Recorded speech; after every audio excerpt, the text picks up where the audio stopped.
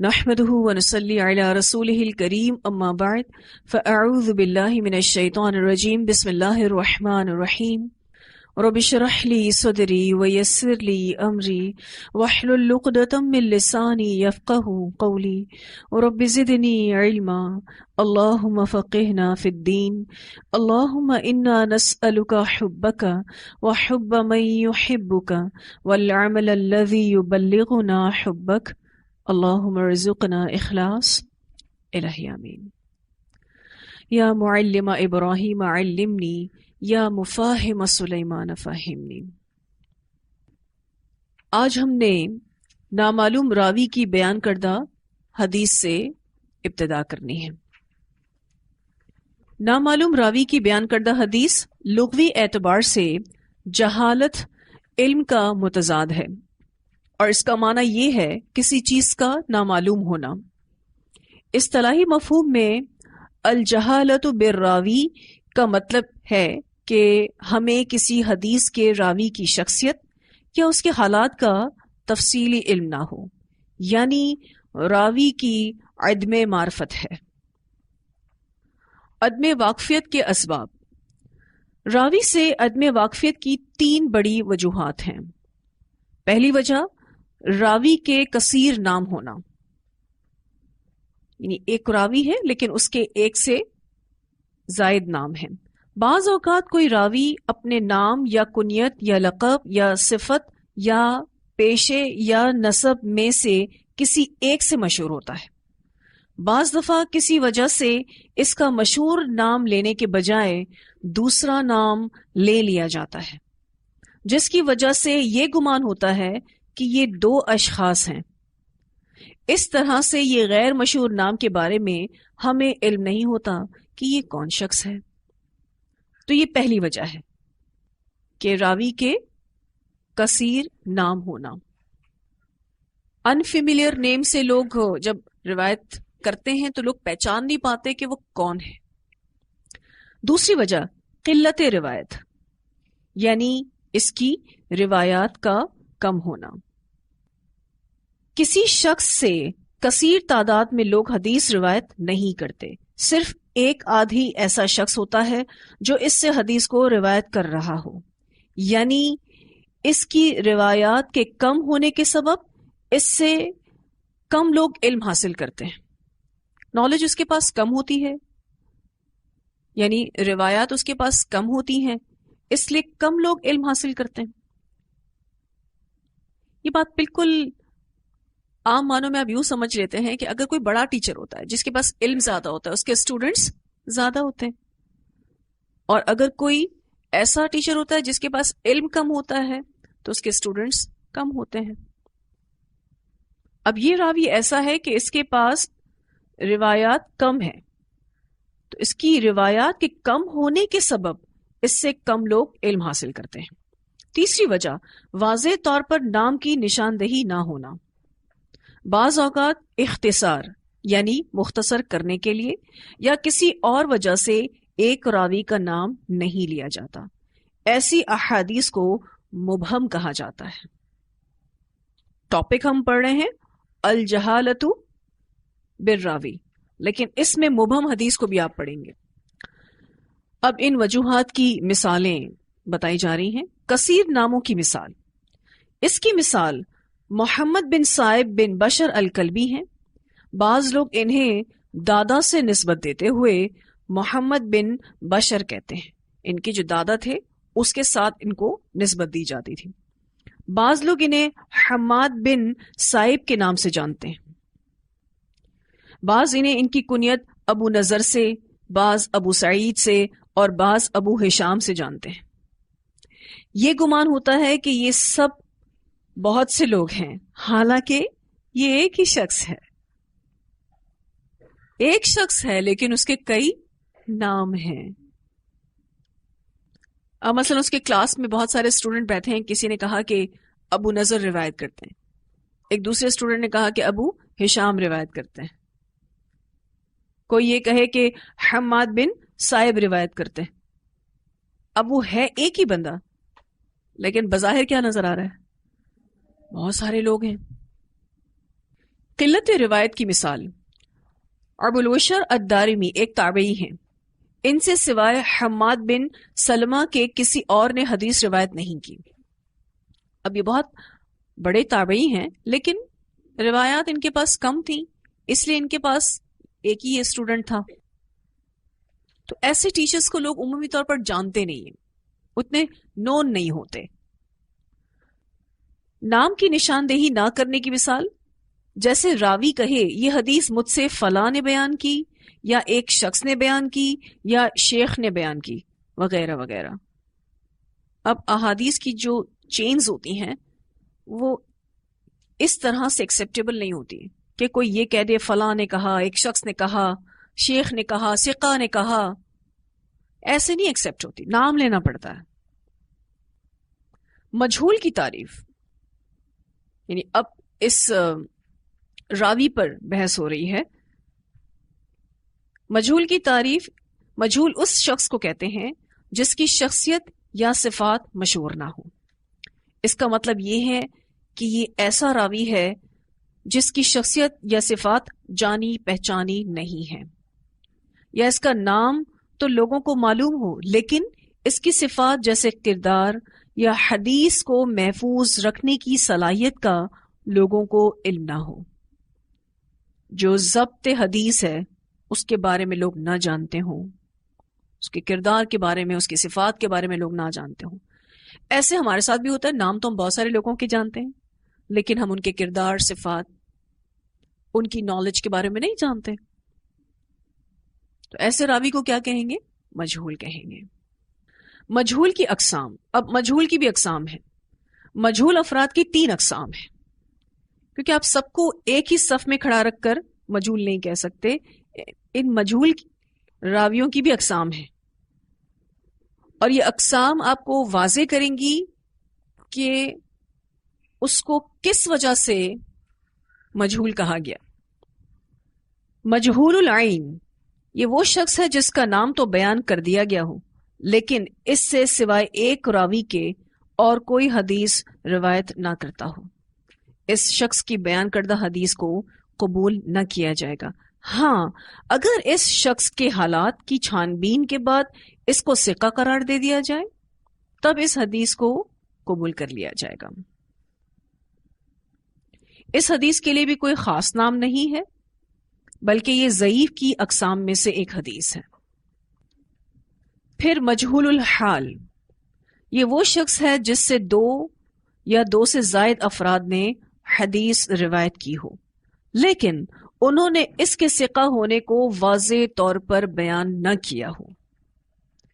اس کی اوتھینٹسٹی کس راوی کی بیسس پر ہے وہ نہیں ڈکلیئر ہوئی۔ اہل علم کی اکثریت کے نقطہ نظر کے مطابق ایسے شخص کی حدیث کو بھی مسترد کر دیا جائے گا۔ مسترد کر دیا جائے گا یعنی ریجیکٹ کر دیا جائے گا۔ ایسی حدیث کا کوئی خاص نام نہیں ہے، اسے بس ضعیف قرار دے دیا جاتا ہے۔ پھر مبہم، یہ وہ شخص ہے جس کا نام سند میں نہ لیا گیا ہو بلکہ ایک شخص یا شیخ یا ثقہ کہہ دیا گیا ہو۔ ایسے شخص کی روایت کو بھی قبول نہیں کیا جائے گا، ہاں اگر کسی دوسری سند میں اس کا نام واضح طور پر بیان کیا گیا ہو تب اس روایت کو قبول کیا جا سکتا ہے۔ مبہم وہ حدیث ہے، مبہم روایت کہہ لیں، مبہم روایت وہ حدیث ہے جس کی سند میں ایسا راوی ہو جس کا نام بیان نہ کیا گیا ہو۔ تو مبہم روایت اس حدیث کو کہتے ہیں کہ جس کی سند میں ایسا راوی ہو جس کا نام بیان نہ کیا گیا ہو۔ یعنی کوئی آدمی یہ کہے کہ فلاں شخص نے بیان کیا ہے یا ایک ثقہ نے بیان کیا ہے، اب وہ ایک ثقہ کون ہے نہ معلوم ہے نا، نام ہی نہیں ہے اس کا۔ تو اس کا خلاصہ یہ ہے کہ مبہم راوی وہ شخص جس کا نام سند میں نہ لیا گیا ہو، اور مبہم روایت وہ روایت جس میں راوی کا نام نہ لیا گیا ہو۔ بدعتی راوی کی بیان کردہ حدیث، لغوی اعتبار سے بدعت کا معنی ہے نئی چیز، اصطلاحی مفہوم میں نبی صلی اللہ علیہ وسلم کے ذریعے دین کی مکمل ہو جانے کے بعد اس میں نئے عقائد اور اعمال کے اضافے کو بدعت کہا جاتا ہے. بدعت کی ڈیفینیشن تو الحمدللہ آپ سب اچھے سے جانتے ہیں. بدعت کی اقسام. بدعت کی 2 اقسام ہیں. نمبر 1 کفر تک پہنچانے والی بدعت. نمبر 2 فسق و فجور کی حد تک پہنچانے والی بدعت. اب اس کی وضاحت دیکھ لیتے ہیں. کفر تک پہنچانے والی بدعت ایسی بدعت جس کے باعث اس کو اختیار کرنے والا دائرہ اسلام سے خارج ہو جائے. جو شخص دین کے متواتر اور معلوم احکام کا انکار کرے. متواتر، اب آپ اس ٹرم کو سمجھ رہے ہوں گے، ٹھیک ہے، تسلسل کے ساتھ آنے والے احکام، اور اسی طرح سے معلوم احکام، نون جو اللہ تعالیٰ کی طرف سے احکامات ہیں اس کا انکار کرے، یا دین کے بنیادی عقائد سے مختلف عقیدہ رکھے. اس کی بیان کردہ حدیث کو قبول نہیں کیا جائے گا. مثلاً کوئی اللہ کے وجود، آخرت، نماز، زکوٰۃ وغیرہ کا منکر ہو. اب ایسا شخص کوئی حدیث بیان کرے تو اس کی حدیث کو کیسے لیں گے؟ نہیں لیں گے.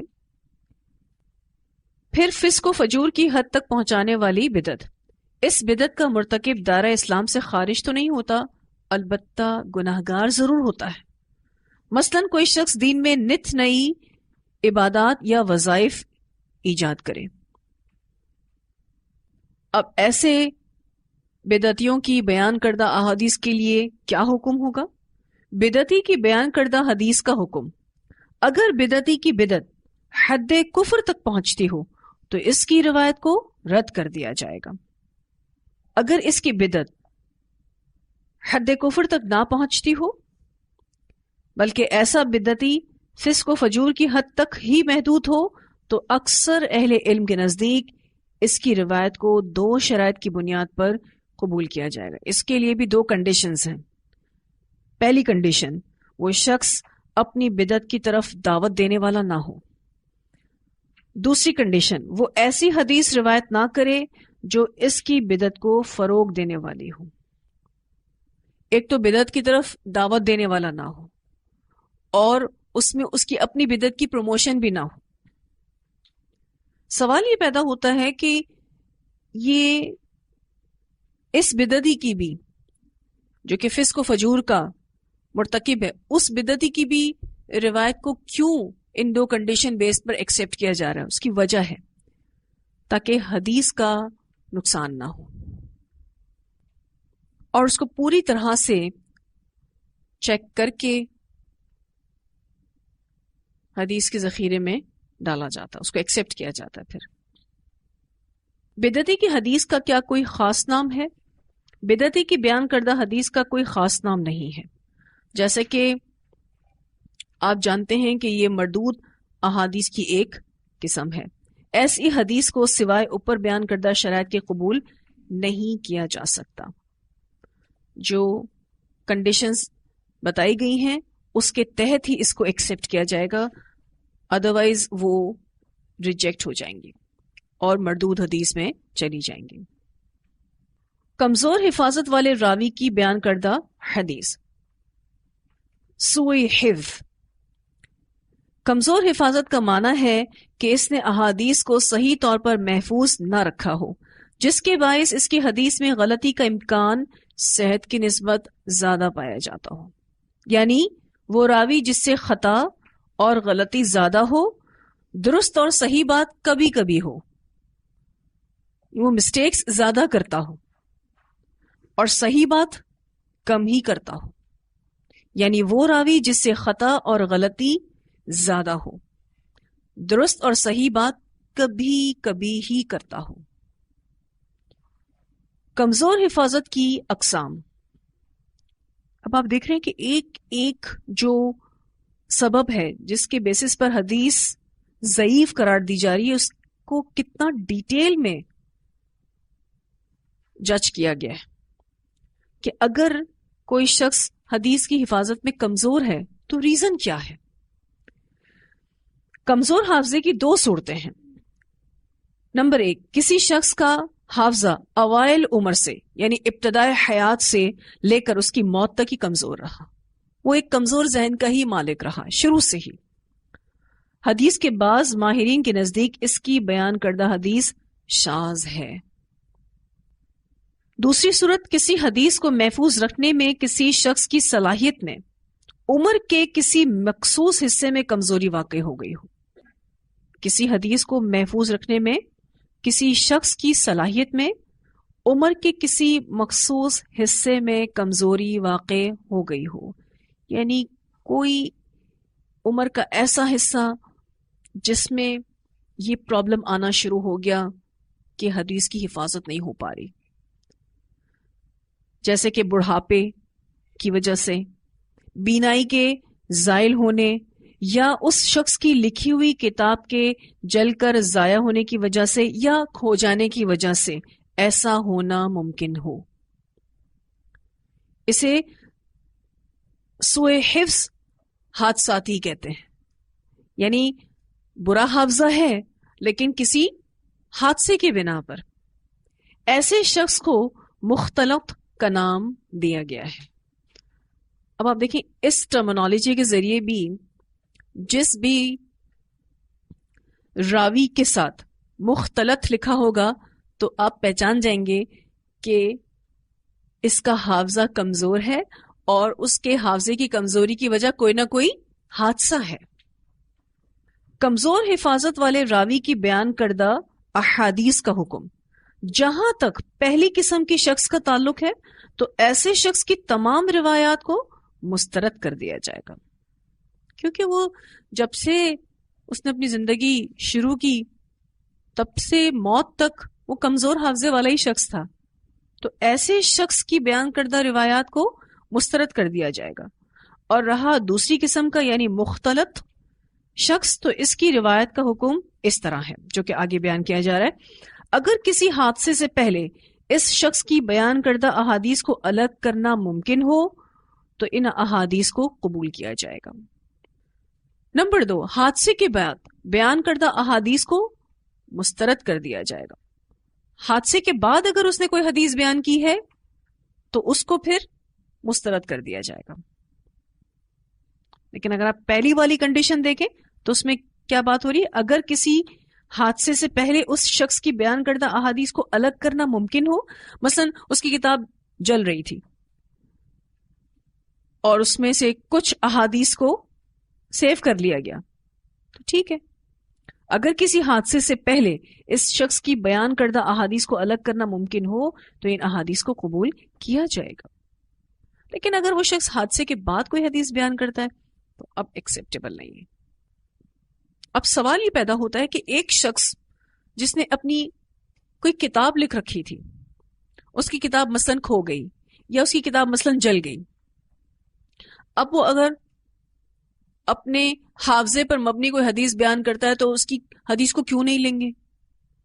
وہ اس سے نہیں لیں گے کیونکہ اس نے حدیث کی حفاظت کے لیے جو طریقہ اختیار کیا تھا وہ لکھ کر رکھنے کا کیا تھا۔ تو اگر اس کی لکھی ہوئی کتاب جل گئی ہے یا کھو گئی ہے تو اب اس حادثے کے بعد اگر وہ کوئی حدیث بیان کرتا ہے تو اس میں کس بات کا احتمال ہے کہ غلطی ہو سکتی ہے؟ کیونکہ دیکھیں ہم نے ایک بات پڑھی تھی کہ حدیث کی حفاظت دو طریقے سے ہوئی ہے، لوگوں نے یا تو حفظ کیا ہے یا پھر اس کو لکھا ہے۔ وہ حفظ نہیں کر سکتا ہوگا تبھی تو اس نے لکھا تھا، یا پھر اس کو کوئی خود حادثہ درپیش ہو گیا، کوئی ایسی بیماری آ گئی جس کی وجہ سے اس کا حافظہ کمزور ہو رہا ہے، اس کو یاد تھی حدیثیں لیکن اب یاد نہیں ہیں، تو جب تک یہ حادثہ پیش نہیں آیا تھا، یہ بیماری لاحق نہیں ہوئی تھی، اس سے پہلے کی حدیثیں اس سے لے لی جائیں گی۔ لیکن اگر وہ حادثے کے بعد، اس بیماری کے بعد اگر کوئی حدیث بیان کرے گا تو ول ناٹ ایکسیپٹ، کیونکہ اس میں غلطی کا احتمال ہے، اور جہاں شک آ جاتا ہے پھر اس چیز کو چھوڑ دیا جاتا ہے۔ تیسری بات، وہ احادیث جن کے بارے میں یہ معلوم نہ ہو کہ یہ اس شخص نے حادثے سے پہلے بیان کی یا بعد میں، کیونکہ یہ سچویشن بھی آ سکتی ہے کہ جس شخص کا حافظہ کمزور ہے کسی حادثے کی بنا پر اب یہ کنفرم نہیں ہو رہا کہ اس نے یہ والی حدیث حادثے سے پہلے بتائی تھی یا بعد میں بتائی تھی، یہ کنفرم نہیں ہو رہا، ان کے بارے میں خاموشی اختیار کی جائے گی جب تک ان کے بارے میں تفصیل معلوم نہ ہو جائے. یعنی اس کو بھی ایکسیپٹ نہیں کیا جائے گا جب تک کہ اس کی تفصیل معلوم نہ ہو جائے. آج ہم اپنے اس ٹاپک کو بس یہیں تک ہی رکھیں گے. انشاءاللہ اگلی کلاس میں ثقہ راویوں کی حدیث سے اختلاف کے باعث مردود احادیث کے بارے میں پڑھیں گے. وآخر دعوانا الحمد للہ رب العالمین. سبحانک اللہم وبحمدک نشہد ان لا الہ الا انت نستغفرک ونتوب الیک.